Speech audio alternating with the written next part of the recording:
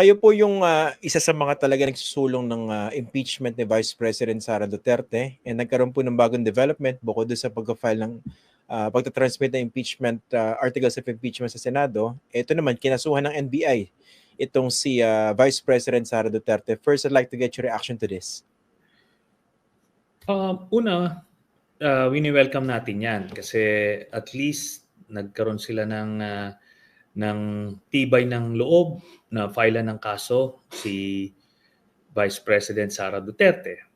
Pero parang naninipisan ako o nahihinaan ako doon sa kaso na i-file nila.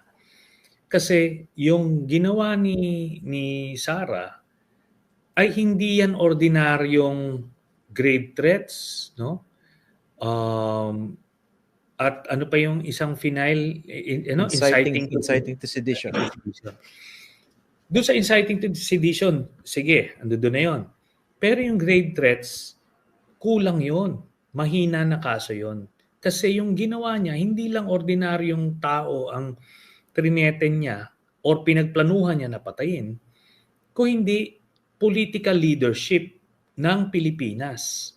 Presidente, Speaker of the House, tapos pati nga ang First Lady. At pag binabasa natin itong anti-terror law, covered yung ginawa niya dito sa Anti-Terrorism Act. Kaya dapat yun ang final na case. Kasi imagine niyo to, kung nangyari yan, let's say sa US, tapos yung presidente nila ang binantaan, pinagplanuhan, talagang dadamputin ka kagad ora mismo. Ito hindi yung grave threats lang. That's ito a plot to commit an act of terrorism. Kaya yun dapat ang kinaso sa kanya. Pero syempre decision niya ng NBI at saka eventually based on the appreciation ng mga prosecutors. Pero can you live with this bilang isa sa mga nagsusulungan ng pagpapanagot kay Vice President? Can you live with these cases? Okay na yan kaysa naman sa wala, no? Ang mas tinututukan natin kasi is itong kanyang impeachment tapos yung kanyang plunder case. Kasi yon mas mabigat na kaso yon. Okay. Itong mga isinampang kaso laban sa Vice Presidente, how do you think this could affect yung impeachment naman ni Vice President Sara Duterte, at least in the court of public opinion? Makakadagdag yan for sure sa favorable reception ng tao dito sa impeachment case kasi nakikita nila na kahit papaano talagang totoong nangyari yon at alam na hindi lang yan basta-basta political or pang-iipit lang sa kanya. So magko-compliment siya. Okay. Incidentally, gusto ko rin pong hingin yung opinion nyo rito, no? Kasi matagal naman natin napapag-usapan ng previous episodes yung mga scenarios na binabanggit ninyo patungkol dun sa impeachment ni Vice President Sara Duterte. At yung huling pahayag galing sa Senate President, most likely July 22 ang start ng trial after the SONA of the President. Is this something favorable or you want this to happen earlier? Well, it is what it is. Kasi nasa sa kanila yung bola, ika nga. Pero on the part ni Senator Cheese, Senate President Cheese, mamimiss niya yung opportunity dito to exhibit yung kanyang legal prowess or yung technical know-how niya dito sa mga usapin na to. Pero alam mo, iniintindi ko yung situation niya kasi very fragile yung kanyang paghawak sa Senate presidency. Kasi if he becomes aggressive na gustuhin niyang simulan ito forthwith, as the Constitution said,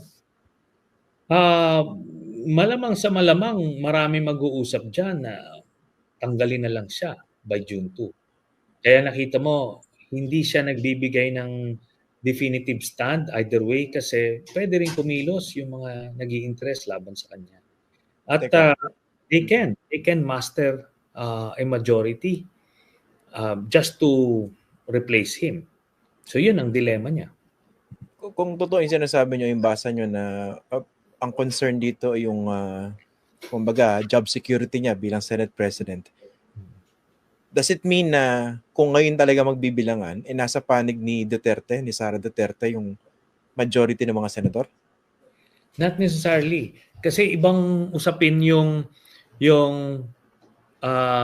labanan sa Senate presidency, iba rin yung usapin ng impeachment. And ano yun, magpe-present ng opportunities for both sides yon. Ang nangyari kasi, yung pagka-assume ni Senator Cheese as Senate President, medyo medyo magaspang yung pag-assume niya. Talagang maraming mga nagkasunugan ng tulay doon. At yung mga na-dislodge na bloke, waiting in the wings yon. Yon ang issue nila, is yung internal na kumbaga power struggle sa Senado. Iba necessarily yung mga magboboto in favor or against the impeachment. Okay. Kaya yun ang dilema niya. Okay, separate issues. Pero pag-usapan natin, Senator, yung gap between the transmittal of the articles of impeachment at saka dun sa start ng actual trial, July 22. Sabi nyo, Senator Cheese would miss the opportunity to perhaps showcase his legal prowess as the presiding officer. Does it mean na hindi sigurado na mananatili siya na Senate President by the time na magsimula yung trial? Ganun ba yan? Sa ngayon, yan yung naririnig natin na kaso up in the air lahat ito kasi syempre kailangan manalo pa ng mga senador na frontrunners ngayon. So from there, makikita mo, magkakabilangan na kagad yan. Most likely, sino yung mga papasok sa hindi, sino yung boboto kung kanino. And I have kumbaga, a sensing na mag-iiba na ang liderato ng Senado by then. Doon sa next Congress. Okay. Sa next Congress. Kung pag-usapan natin, Senator, yung hamon, yung challenges between now and July 22, masyado mahaba diba? Nandiyan yung possibility na mag-die down yung issue, matabunan ng mas malalaking issues. And if that happens, paano na impeachment? Hindi kasi matatabunan Kasi ultimately mare-revive siya by June 2. Ngayon naman kasi talagang naturally mare-relegate siya sa kumbaga inner pages, ika nga. Kasi ang pangunahin na attention dito yung kampanya sa Senado. Tapos eventually magki-kick in yung local campaigning.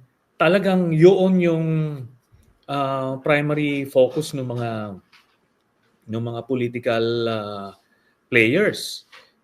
Pero when the smoke clears, tapos na yung botohan, then mare-revive ulit ang impeachment. Kaya hindi ito mawawala sa consciousness ng taong bayan. And of course, yung mga stakeholders, yung mga nag-file, we will make sure na palaging nandiyan yan sa consciousness ng taong bayan. At gagawin itong campaign issue dapat sa mga kandidato. Kasi, di ba, in our case, di ba, siyempre mas gugustuhin natin na ang manalo ng mga senador ay yung boboto to convict Sara Duterte. Kaysa yung mananalo tapos i-acquit lang naman si Sara Duterte. Ayaw natin mangyari yon. Okay. Diba? Kaso, sa ngayon, medyo play safe yung marami sa mga tumatakbo sa pagka-senador. Ang claim nila kasi kung sakaling manalo sila, tatayo sila bilang senator judges. So, pag pinaprofile nyo ba yung mga tumatakbo sa pagka-senador, kunwari, nando sa team ni BBM, yung Alyansa sa Bagong Pilipinas, nakasisiguro ba na kung sakaling manalo yung marami sa kanila, boboto sila in favor of convicting the Vice President? Hindi yun given. Kaya ang pag-profile nito talagang isa-isa. 'Di ba? Ano yung mga motivations nitong mga individual senators elect, kumbaga ano yung mga inclination nila? Una, ano ba sila? Leaning conviction, leaning acquittal, then ano ba yung pwedeng motivations nila? Basta't bottom line, hindi pwedeng given na i-assume mo na for conviction siya o for acquittal. Kailangan tatrabahuin to. So matinding negotiations ang mangyayari dito bago magsimula yung trial eventually sa July, sabi ni Senator Cheese. In contrast, kung mananalo naman yung mga nandun sa ticket ni dating Pangulong Rodrigo Duterte, ayun, mukhang sigurado lahat yun boboto against convicting the Vice President, hindi po ba? Yes. For sure, kasi ano na yun, mas personal yung stake nila. Kaya nga, medyo komplikadong sitwasyon to. Yun kasing sinasabing pwedeng sinimulan yung trial, sana nakapagpakitang gilas si Senator Cheese as presiding officer. Tapos, by June 30, di tapos na, may break muna sila until the assumption of the new set of senators, magpapalit ng mga huwes, then i-resume yung trial. So, pwede naman nangyari yon. Kaso mukhang hindi sila inclined to go through such exercise. Okay. Bilang isang dating tumayong senator judge, tama po, no? Nung pinakahuli impeachment trial na nasaksihan natin ng nooy Chief Justice Renato Corona, ano ba interpretation nyo rin sa sinasabi sa Constitution na shall forthwith proceed pag na-file na yung articles of impeachment? Pag titignan kasi natin, well, straightforward definition is immediately, di ba? So, pag tinitignan kasi natin yung mga yung presidents, no? Itong kay President Erap Estrada, kay Merceditas Gutierrez, tsaka yung kay Chief Justice Renato Corona. Nung na-transmit nung Senado, nung House sa Senado, ni-receive yun, immediately nag-constitute siya as an impeachment court. I remember clearly dun sa kay Chief Justice Corona, I think it was December 12 na na-receive ng Senado. December 13, nag-constitute kami as an impeachment court. Yung trial started ng January. Kasi nag-coincide siya dun sa break, nag-coincide yung preparation, physical preparation ng Senado, tapos yung preparation ng rules, lahat. So by the time nangyari yon during the break, tapos after the break, yun na. Ngayon, masyadong mahaba yung 3 months.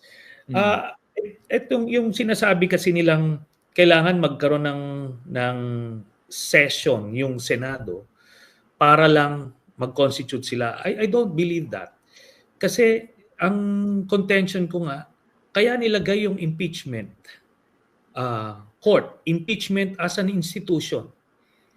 Nilagay yan sa Article 11, hindi siya nilagay siya sa Article 6 dun sa legislation kasi sineseparate siya na so hindi siya bound by the legislative calendar.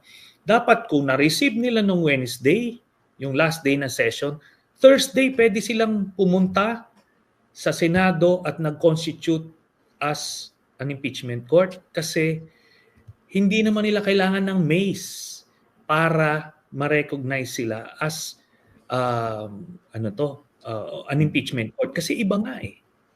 So kailangan yun, immediately pwede nilang ginawa yun. Even ngayon, kunyari mag-convene sila, pumunta tayo sa Senado kasi impeachment trial na ito. Hindi ito, walang connection yung legislative calendar sa impeachment court. Yun. Yun nga. No. Unless ayaw talaga. 'Di ba? Ganun naman yan eh. Kung ayaw mo, di marami kang pwedeng idahilan. Yun na nga ang sinasabi ko. Bakit ayaw? Ako, iniintindi ko si Senator Cheese kasi nararamdaman niya if he pushes it a bit too far, mamimiligro siya. Okay? Then, of course, meron din talagang naka-set na yung ano nila, yung mga travel itinerary nila, yung mga panahon na yon. Pero kahit give it a month, mag-usap sila, pwede sila mag-convene. Hindi nila kailangan ng ano, ng yung sinasabi, magtatawag yung yung presidente ng special session. Hindi kailangan nun. Wala nun sa Constitution. Ang sinasabi sa Constitution, shall forthwith. Walang sinasabing na, pero pagka-break, kailangan, walang ganun. Walang qualifications.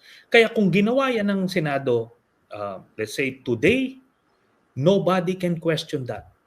Sasabihin ng Supreme Court, ay hindi valid kasi nangyari yun, walang session yung Kongreso. Hindi. Walang nakalagay doon. Kaya separate siya eh. Kaso siyempre, alam mo, minsan yung mga abogado natin, they are overthinking it. Tapos gumagawa sila ng mga imaginary restrictions when there are none. Di ba? So, yun po. Kaso yun na nga, ultimately, kung hindi gagawin ng mga senador, hindi mangyayari.